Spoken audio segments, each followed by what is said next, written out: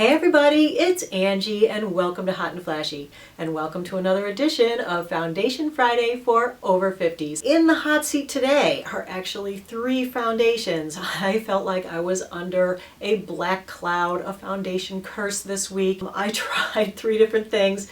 I gotta say I pretty much hated them all, so I thought, why waste 3 separate videos to tell you that I put this foundation on, hated it so much, and took it off when I could just cover all 3 in one video. All 3 are moisturizing luminous formulas. So I think I'm getting the memo now that moisturizing luminous formulas are just not for me.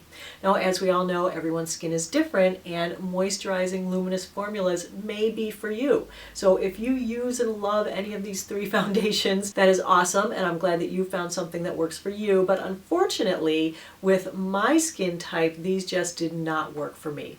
I tend to be normal with still an oily T-zone, even though I'm 53, go figure. All of them, in general, were just too moisturizing, too luminous to sit right on my skin. I go into each of them with such high hopes. I am like a marketer's dream every time they tell me that it's going to perfect my face and not settle in my wrinkles and make my pores disappear. I believe it. I'm like, yay, it's gonna do it, hooray. I put it on, I'm like, what the heck? What happened?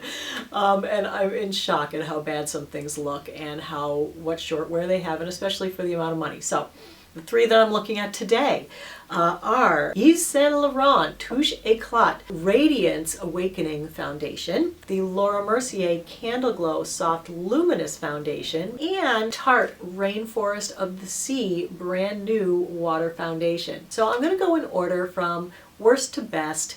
The one that I'm wearing today is the one that I consider to be the most successful of these 3 experiments, and that was the Laura Mercier. So let's start with the one that was the worst, and that was the YSL.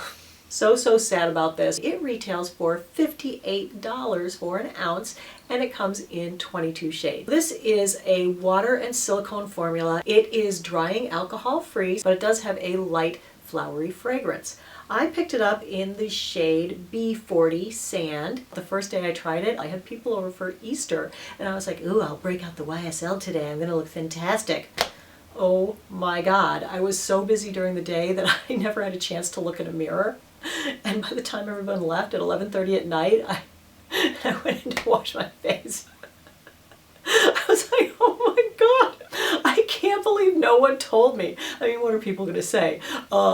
What's going on with your foundation? It looked like it was melting off my face. Smeared, streaky. I thought at least my daughter should have told me. She didn't say a word. Everyone else was just like, So the next day I used a primer and I applied it with a sponge so that I could get it to be like smoother and nicer looking. This offered medium coverage with a luminous finish. More luminous than I like, but it's not a complete deal breaker. I could powder over, a couple of areas and get it to look fine. I didn't really like how it looked. It immediately settled into my wrinkles, didn't do anything for my pores. Even with the primer, this looked awful at 2.5 hours. It had slid around, it had gathered at the sides of my nose, I had these weird like stripes up here on my forehead, it was settled in my wrinkles, my pores looked awful, it was shiny, it was a half worn off. I hated it so much that I washed my face. That was the end of my experience with the YSL. All right, moving on to Tarte's Rainforest of the Sea. It retails for $39 for 1 ounce. It's brand new. I think it's only been in stores for like a week or 2.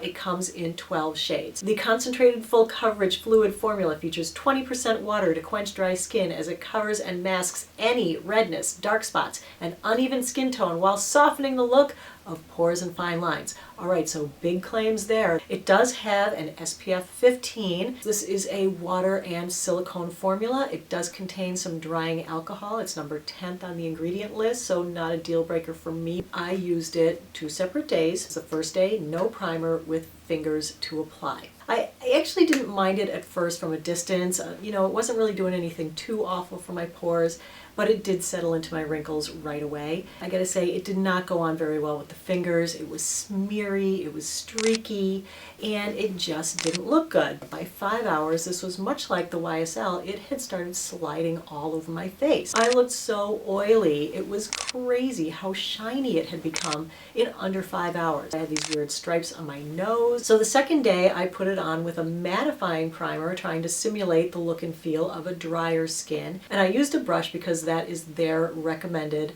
application method.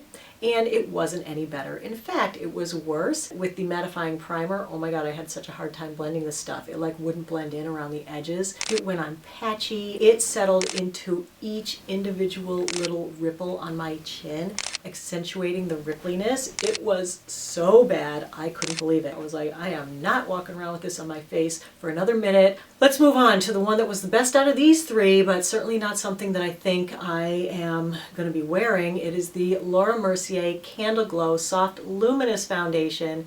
Retails for $48 for 1 ounce and comes in 24 shades. I was matched to Dusk. This is a water-based moisturizing formula with lots of mica to provide the candle glow effect. It is drying, alcohol-free, and also fragrance-free. From the Laura Mercier website, it said that this mica melange mingles with refreshing purified water to give skin a burst of hydration and help foundation glide onto skin for lasting smoothness and natural luminosity. Color stays true without the formula setting into fine lines, wrinkles, or pores. Sheer to medium buildable coverage. I tried it 2 different days. The first was with just the fingers over the usual sunscreen. Having a black cloud over my head like I did this week. The gremlins also ate the first day footage, so I think I have just the application and the directly after, but I have nothing after that to show you. It is very, very, very sheer. It doesn't cover much. The luminosity is more of a hard shine. It does settle into pores slightly, so it was giving me a little bit of polka dot face, but it didn't settle into wrinkles. So okay, that it was one better than those two. Today is the second day. So I do have on a primer and I did put on a setting powder for it. I did get much more coverage out of it today with the brush than I did the first day with the fingers. It still was too shiny for my liking. So I've only had it on for 3 hours right now. I did have to touch it up once already just because I'm shooting videos. Oh, and by the way, this one is settling in my wrinkles. I hate to say it, it's starting to drift around already. So it's like sliding around on my nose already. It's like gathering up in here. I can see it's thicker here than it was, and it's just so shiny. Okay, I'm back for the 10-hour check-in. It has not been a pleasure to wear.